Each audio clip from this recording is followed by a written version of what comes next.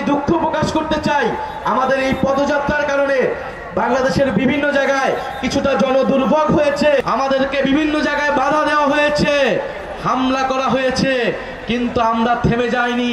এই পদযাত্রাকে থামানো যায়নি, এই জনস্রোতকে থামানো যায়নি। ইনশাআল্লাহ আগামীর বাংলাদেশে, আগামীর ঢাকাতে এনসিপির দিকে আসা এই জনস্রোতকে থামানো যাবে না।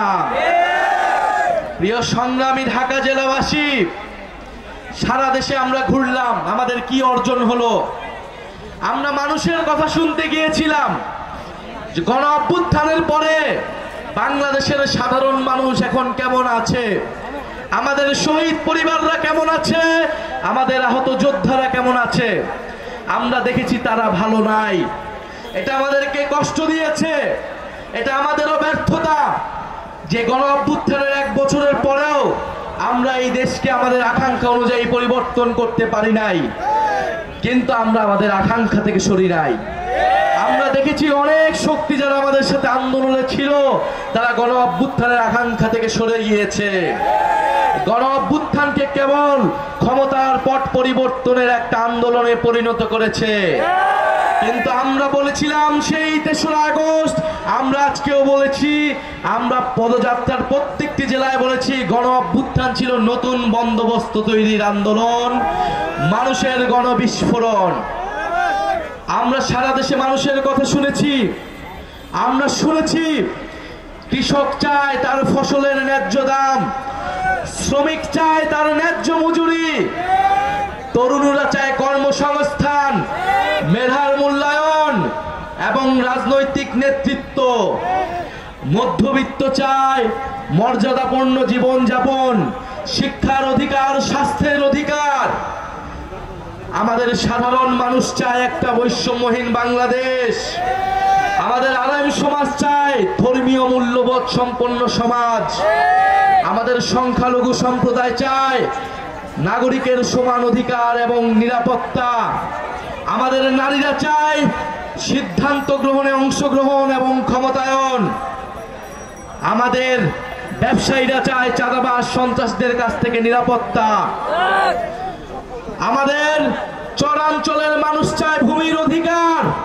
আমাদের সীমান্তে আমাদের ভাই বোনেরা চায় জীবনের নিরাপত্তা।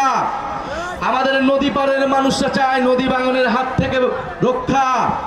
আমাদের জলবায়ু পরিবর্তন থেকে রক্ষা পেতে চায় তারা। আমাদের সমগ্র বাংলাদেশের সাধারণ মানুষ চায় সংস্কার এবং বিচার।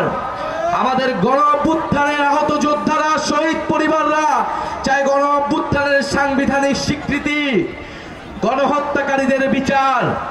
আমরা নতুন বাংলাদেশের আকাঙ্ক্ষা প্রত্যেকটি জেলায় জেলায় মানুষের কাছে দেখেছি, তরুণদের চোখে দেখেছি, তরুণীদের চেহারায় দেখেছি। সেই নতুন বাংলাদেশের জন্য আমরা রাজপথে নেমেছি, লড়াই করে যাচ্ছি, সংগ্রাম করে যাচ্ছি। আমরা চাই বাংলাদেশের মানুষ যেই সমতা, যেই ন্যায্যতা, যেই মানবিক মর্যাদা এবং ইনসাফ চায়, তার ভিত্তিতে আমরা এই বাংলাদেশকে নতুন করে গড়ে তুলব, নতুন সংবিধান তৈরি করব।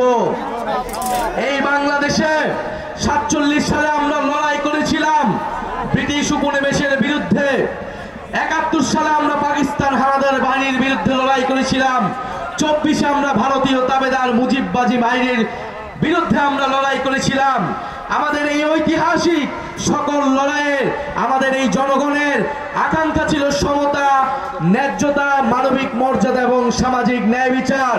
আমরা তার ভিত্তিতে এই নতুন বাংলাদেশ, নতুন সংবিধান গড়তে চাই।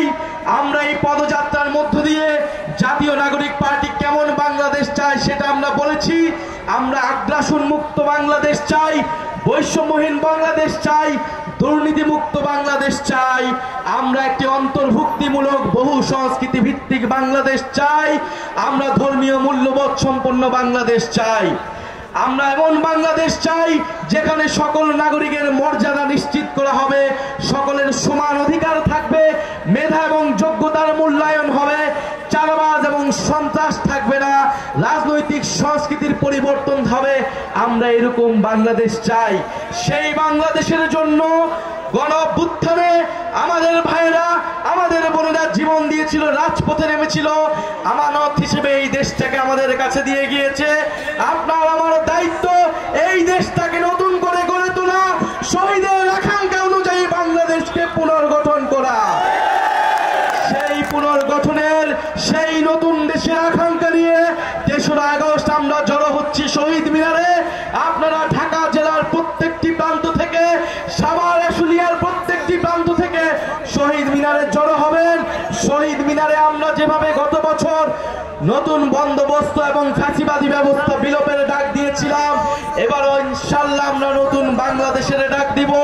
এবং শুধু আমরা আহ্বানই দিব না, এবার আমরা বাস্তবায়নের কর্মসূচিও ঘোষণা করব। প্রিয় সাভার আশুলিয়াবাসী, এত রাত পর্যন্ত আপনারা অপেক্ষা করেছেন, এই জন্য আপনাদেরকে ধন্যবাদ জানাই। আমাদের ক্যাপ্টেন, আমাদের অভ্যুত্থানের নায়কেরা অসুস্থ হয়েছেন পদযাত্রায়, আপনারা তাদের জন্য দোয়া করবেন। এই জুলাই পদযাত্রায় আহ্বায়ক হিসেবে দায়িত্ব পালন করেছিলেন সার্জিস আলম, সদস্য সচিব হিসেবে দায়িত্ব পালন করেছিলেন অনেক রায়। তাদের অক্লান্ত পরিশ্রমের মাধ্যমে আমরা এই পদযাত্রা আজকে সাভারে এসে সমাপ্ত করতে পারছি। তাদের জন্য আমরা একটা জোরে করতালি দেই। এছাড়া আমাদের কেন্দ্রীয় কমিটির অনেকেই অক্লান্ত পরিশ্রম করেছেন, যাদের নাম অনেক রায় ঘোষণা করেছেন। আপনারা, এবং সবচেয়ে বড় কৃতজ্ঞতা আমরা রাখি জাতীয় নাগরিক পার্টির সারা দেশের নেতৃবৃন্দকে, এত অল্প সময়ে নিজেদের খরচে জনগণের থেকে টাকা নিয়ে আপনারা যেটা সফল করতে পেরেছেন, বাংলাদেশের মানুষকে একটা নতুন আশা এবং স্বপ্ন দেখাতে পেরেছেন, এই জন্য আপনাদেরকে ধন্যবাদ জানাই। এবং সাধারণ মানুষ যারা আমাদের এই অংশগ্রহণে, এই পদযাত্রায় অংশগ্রহণ করেছেন, তাদের প্রতি কৃতজ্ঞতা। এবং আমি দুঃখ প্রকাশ করতে চাই, আমাদের এই পদযাত্রার কারণে বাংলাদেশের বিভিন্ন জায়গায় কিছুটা জনদুর্ভোগ হয়েছে, কিছুটা যানজট হয়েছে বিভিন্ন জায়গায়। আপনারা আমাদের জন্য এটাকে ক্ষমা সুন্দর দৃষ্টিতে দেখবেন। দেশ সংস্কারের জন্য আমাদের হয়তো এর থেকে কোনো বিকল্প উপায় ছিল না। আমাদের নিরাপত্তা নিশ্চিতের জন্য আইন শৃঙ্খলা বাহিনী কাজ করেছেন, আমরা তাদেরকেও ধন্যবাদ জানাই।